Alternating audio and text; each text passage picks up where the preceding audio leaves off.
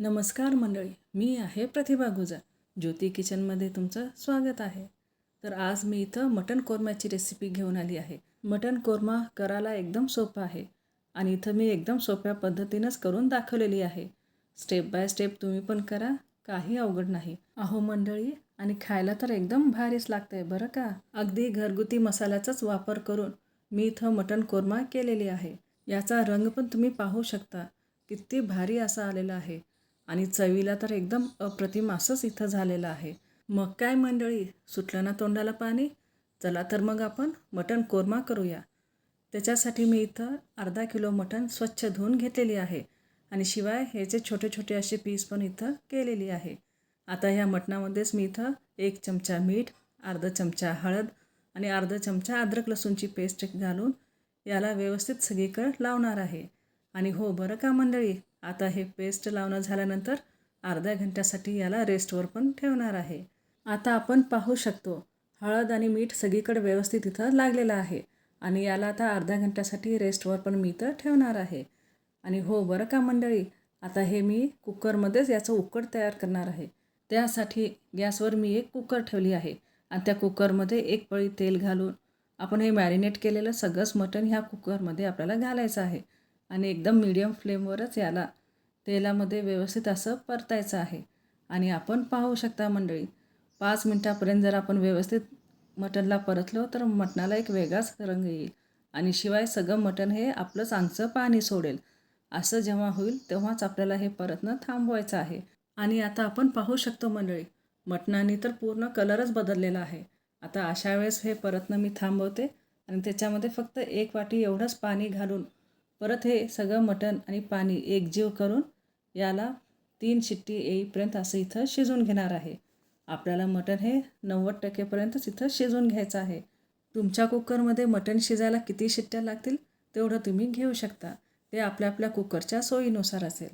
आता आपण पाहू शकता, जोपर्यंत कुकरला शिट्ट्या होत आहे तोपर्यंत मी त्याचा मसाला इथं तयार करणार आहे. त्याच्यासाठी इथं मी एक मिक्सरचं भांडं घेतलेले आहे आणि त्या मिक्सरच्या भांड्यामध्ये हे 4 मोठे मोठे कांदे मी लांब लांब चिरून तळून घेतलेली आहे आणि ते हे सगळंच कांदा ह्या मिक्सरच्या भांड्यामध्ये इथं घालत आहे.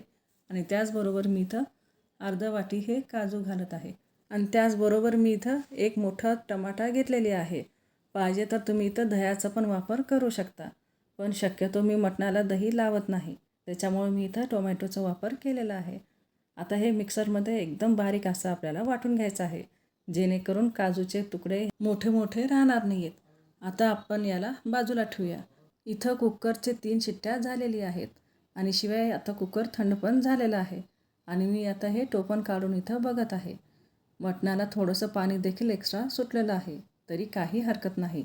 नंतर आपण वरून कोणतंही पाणी घालायचं नाही आहे.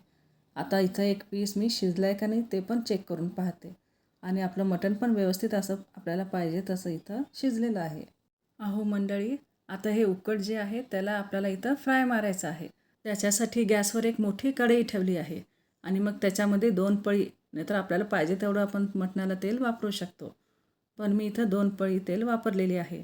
ते घालायचं आहे आणि ते तेल गरम झाल्यानंतर मी इथं 1 तेजपत्ता आणि पाव चमचा शहाजिरे आणि तसंच फक्त 2च विलायची, जे की त्याचे तोंड फोडून ह्या तेलामध्ये घातलेली आहे. आता या तेलामध्येच हे गरम मसाल्याचा कलर बदललेला आहे, ते थोडेसे लाल झालेले आहेत. आता अशा वेळेला आपल्याला ह्या कढईमध्ये फक्त पीस असेच घालायचे आहेत. कुकरमधलं एक्स्ट्रा पाणी अजिबात घालायचं नाही आहे. आता कढईमध्ये सगळेच पीस घालून झालेली आहेत आणि त्याचबरोबर आता मी 1 चमचा लाल मिरची आणि पाव चमचा हे धने मसाला इथं घातलेली आहे आणि आता हे दोन्ही मसाले आपल्याला तेलामध्येच व्यवस्थित 2 मिनटापर्यंत इथं परतायचं आहे. आणि हो बरं का मंडळी, मी घरातच वाटलेलं ताजा गरम मसाला इथं आहे आणि ते पण इथं अर्धा चमचा असं इथं घालणार आहे. आता शाही कोरमामध्ये आपल्याला थोडंसं गरम मसाल्याचा जास्त वापर इथं करावा लागणार आहे आणि आता हे अर्धा चमचा गरम मसाला पुष्कळ झालं. आता ह्याच्यापेक्षा जास्त मसाले तुम्ही ह्या मटणाला वापरू नका. आता ह्या गरम मसाल्याला पण तेलामध्येच 2 मिनटापर्यंत आपल्याला परतून घ्यायचं आहे. आणि हो बरं का मंडळी, गॅसची फ्लेम एकदम मिडियमच असू द्या. एकदम मोठ्या गॅसच्या फ्लेमवर अजिबात हे परतू नका. आता ते झाल्यानंतर जे मिक्सरमध्ये आपण मसाला वाटलं होतं ते सगळंच मसाला ह्या कढईमध्ये आपल्याला घालायचा आहे आणि घातल्यानंतर पण सुरुवातीला पाणी न सोडता फक्त मसाला आणि मटण हेच आपल्याला व्यवस्थित 5 मिनटापर्यंत इथं बारीक गॅसवर परतून घ्यायचं आहे. आणि हो बरं का मंडळी, जेव्हा मसाला व्यवस्थित असं मटणामध्ये शिजला जाईल तेव्हा आपणच तेल सोडायला चालू होईल आणि आपण पाहू शकता अवघ्या 5 मिनटामध्येच मटणानं तेल परत सोडायला चालू केलेलं आहे.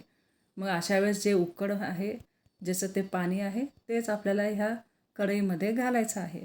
याला सोडून एक्स्ट्रा पाण्याची आपल्याला अजिबात गरज वाटणार नाही.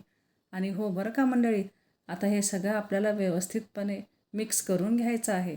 आणि आपण पाहू शकता मंडळी, आता मटणामध्ये व्यवस्थित पाणी मिक्स झाल्यानंतर हे घट पातळ अगदी व्यवस्थित आहे. मग याला आता जरासं तेल सुटेपर्यंत आपल्याला बारीक गॅसवरच इथं उकळी येऊ द्यायची आहे. आणि त्यावर मी इथं थोडीशी कोथिंबीर देखील शिंपडत आहे. आणि आता असंच 5 मिनटापर्यंत हे शिजत आपल्याला ठेवायचं आहे. आणि हो बरं का मंडळी, जरा एकदा दोनदा अधूनमधून याला फिरवत जा, जेणेकरून खाली कढईला हे चिटकणार नाही. काजूची पेस्ट घातल्यानं कढईला खाली चिटकण्याची दाट शक्यता असते. आणि आपण आता पाहू शकतो, आता परत मी याला असंच बारीक गॅसवर तेल सुटेपर्यंत याला शिजत ठेवायचं आहे. आणि आपण पाहू शकता मंडळी, 2 मिनटातच मस्त असं तर्री ह्या मटणावर आलेली आहे. आणि ह्या मटणाचा कलर पण एकदम भारी असं इथं दिसत आहे.